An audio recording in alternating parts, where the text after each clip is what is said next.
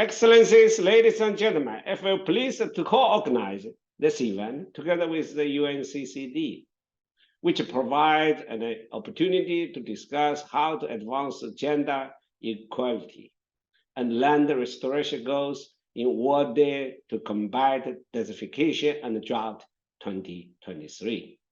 Restoring land is essential to reducing poverty and hunger.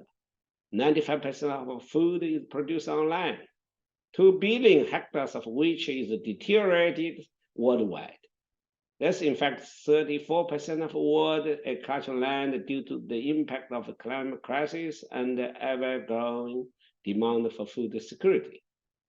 The UN Decade on Ecosystem Restoration is an opportunity for farmers, governments, consumers, and other partners to scale up efforts to support the transformation of global agri-food systems to be more efficient, more inclusive, more resilient, and more sustainable, and to increase food security and improve the livelihood of millions of farmers, particularly for women in developing countries.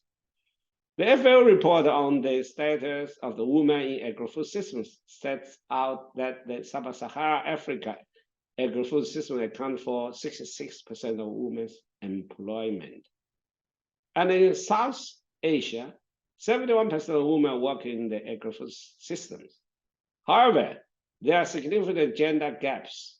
Women are more food insecure than men as consumers. Women found it's harder to access land, other resources, and services as producers. Women have less ownership of land than men. Ladies and gentlemen, to restore and grow fertile land, we need to grow equality.